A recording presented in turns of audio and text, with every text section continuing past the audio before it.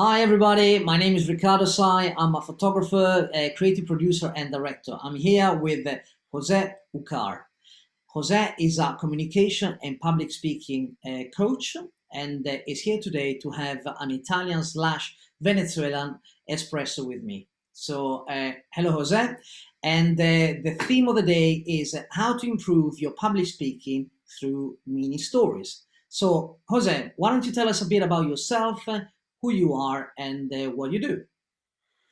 Riccardo, a pleasure to be here having espresso with you. Fantastico. My name is Jose Ucar. You've already said it. I'm a communication and public speaking coach. I'm a TEDx speaker, motivational speaker, NLP, neuro-linguistic programming, master trainer. I also do podcasting, which I love. And if you ask me what wakes me up in the morning, it's just the idea that I can impact at least one person's life, leave them a little bit better. That keeps me going. That's what I love to do. Fantastic. Thank you, Jose. And welcome to my espresso corner. Before we talk about mini stories, which is a very fascinating subject, I wanted to, because you specialize in public speaking, I wanted to ask you more about public speaking. Why is it important to really master the technique of public speaking? Why do we need to learn how to speak in public? Hmm. Well, we don't really need to. I mean, we could live without it. It just depends on what you want to do. Because if I go back to the basics, I think public speaking can be transformational because there are so many emotions, so many things that happen when we are in front of an audience that if we manage to deal with them, then we grow, we thrive. I also like to say that how we do one thing, we do many. So if I as a person, as an individual, have the courage to stand up, that says a lot about myself. Then if I can share my story in a way that's engaging, that inspires people, get people to take action, wow, that's the next level. And then if I can be there and move the audience and manage their emotions, wow, I mean, that is next level. You can do it if you want to. There is no need, as I said. But then imagine for a moment how that could impact your life, your relationships, your career, your business. That every time you have the opportunity, Ricardo, you stand up or you jump in front of the camera and share the best version of yourself. That's powerful. And that can change your life and the life of people listening or watching you. Very, very, very powerful, Jose. And actually, that leads to another question I wanted to ask you, which is more about your personal story. I mean, we talked about public speaking, but how important is to actually embrace your personal story when you are speaking in public? Embracing yourself, your personal story is going to be key. Make sure you are comfortable with it. That believe in your story. I would say, I was on a clubhouse room today, and one of the things we discussed, and one of the suggestions was, whenever it comes to your personal story, share it from a healed scar and not an open wound. And I found that so powerful. So imagine that you give value to people in that sense. Believe that there is, people will benefit from what you've got to say, and share it more and more and more. It's unbelievable the amount of lives you can touch by sharing your personal story. Whether you think it might not be that relevant, there is going to be at least one person in the audience that is going to take something away and is going to do something about it.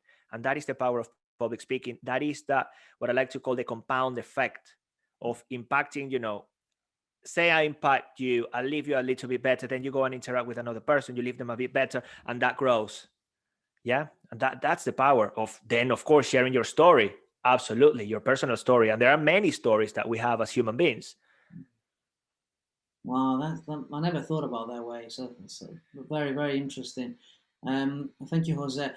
So that actually leads quite naturally to one of the theme of this espresso, which is mini stories, which is a concept I must say I never heard of that before, but I read an article that you wrote about that. So I just wanted to ask you, Jose. So how can mini stories, writing mini stories, which you will tell us a bit more about what they are, can impact your public speaking? So, Hmm. and what they are, what are they? Yeah. So where do we start first? Okay, mini stories, this is something I learned, is going back to having a bit of structure in your public speaking. I learned them during some training I've done, and the vignettes, they're actually vignettes. They're called vignettes. The vignette system developed by Bill Gove. He was an American author and one of the fathers, they call him, of public speaking. So he designed these vignettes. And I think I've already shared, maybe not on this episode, that, you have your vignette and then you make a point and you tell a story, and you make a point. Either way. And, that story that you're telling is a vignette. Okay, clear so far? The vignettes, again, mini stories that can go to 3, 4, even 5 minutes, as long as they are engaging, they are delivering value to the audience, you are not rambling, there is a purpose, and you have rehearsed them as well. And most importantly, they are your stories or stories that you have learned from other people. What's the power behind this? Sometimes people come to me saying, Jose, I cannot remember, my script, and they have scripted everything and they've written it down. Wow, yeah, I mean, that then if you're in front of the audience, that may be a challenge as well. And then you forget one thing and then you break down. Oh no. When you have the mini story system, imagine you have the one point you want to make, and then you have your mini story. An example is my TEDx. I had 3 points that I made, 3 stories illustrating each one of them. There's no way I'm going to forget them. I memorize my 3 points, and then my stories are my stories, and I keep them. So what do I do as well? As I develop my communication, my public speaking career, every time I think of a story that I think can illustrate a point or that I can relate to, that I think can have a positive impact on the audience, I write it down and I have a log. So I have my log for my stories. Then I go and try them out. So I go and share them here, for example, and then Riccardo doesn't really engage with them. Oh, that probably is not a very good story. I go and, throw it in the bin. Or if it was okay, then I may go and put it into the okay stories and I will work on it until they are great. So whenever I need to do a presentation, people say, Jose, could you speak about neurolinguistic programming, public speaking, communication? Then I just go, okay, I go to my log, I'll go a few stories that I want to share today. What point do I want to make? Voila. You've got a 15-minute presentation, could be a TEDx, or you have a keynote of 45 to an hour. So flexibility, and you will always have them here. And the more you practice them, the more natural they will come out, and the more you will connect with the audience, the more you will enjoy them. It's a pretty cool system. Wow, that's really interesting. So thank you for sharing. I'm gonna have to start thinking about my mini stories actually. And just before we wrap up, Jose, uh, so how do you write a mini story? I don't know if you have an example, or if you want to just to give us some ideas on how to actually write a mini story, because it's yeah, I'd like to learn basically. So yeah, have you got anything to share? Yeah, absolutely. Look, Bill Gove's structure was the 3 Ps. So you have a premise, you have a problem, and you have a payoff. I like to say IPS, you always think about an introduction, there is the problem, and there is the solution of it, which can be kind of very much applied to business whenever you're telling a story in any environment, really. So IPS, intro, problem, solution. Quickly, with a story. I have a friend, he came to me, Jose, would you mind looking at my presentation? And he started, wow, wonderful. And then he took me the introduction, the premise of it, fantastic. He's speaking about his story back in Venezuela, everything else. And then he takes me down to the problem, all of the challenges he's faced. And then he left me there and he finished the presentation. And I felt, wow, I mean, I'm feeling a bit sad. Is that how you want me to feel at the end of your presentation? I'm only taking pain away. Is that what you want? Because that might be the case. And he said, no, I want you to feel, inspired that, you want to do this and that there's always a way out. Okay, so we need to work on the next level, which is that solution or that payoff. What's in it? Again, going back to that question, what's in it for the audience? And then having that simple structure. And I like it because it's like a bit of an emotional roller coaster. You start with the intro, okay? People are there with you on the journey, and then you go, oh yeah, the pain and how dramatic it was or challenging or whatever that might be. And then you come out, yeah, but there is always a solution. There is always we can do. Quick example. I'm back in Spain. I think it is 2013, in front of a big audience, all business people, year end. I froze again. Completely forgot what I was going to say, and I apologized and sat down. Can you imagine? I leave you there. Well, thank you, Jose. Wow, that was sad. Yeah, the biggest thing, the best takeaway for me was to learn from that experience that it can happen to anyone.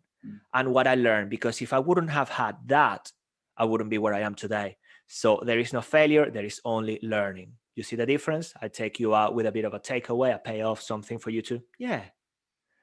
That's the beauty of a mini story. So that was a mini story. You can make it a bit larger depending, because you can adapt it depending on the environment, on the occasion. Very, very, very interesting. Also, I like the idea of logging your stories. I never heard of that. So you literally have what, like a document where you have like a catalog of stories. Is that how you? That you can have whatever. I call it a log, and then people can do whatever they want. I have usually my phone. I just go into my notes and I add a few bits, and then I go and revisit and change them. Change them. And most of the time I keep them here, because the more you speak about them, the more they're there. Yeah, I want to share this story today. But then sometimes you have many that you don't remember, and then you go back. Yeah, I like that one. I still like that one. Or maybe that's old and it's not relevant for you anymore. I do on my phone. I know some people have even like a diary. There is actually a quite, well, I'm looking at it now, the speaker's journal, if people want to look it up. It's been created by a group of colleagues, and it's a super cool thing for some speakers that like journaling. So the speaker's journal, it can be a tool to record or log your mini stories. So there you go. Lots of takeaways, Jose. Thank you so much for spending your time with me and with the audience. And most of all, thank you for sharing your Venezuelan coffee with me. So I really enjoy that. So thank you again, and see you next time. Fantastic, my friend. Thank you. Ciao. Bye.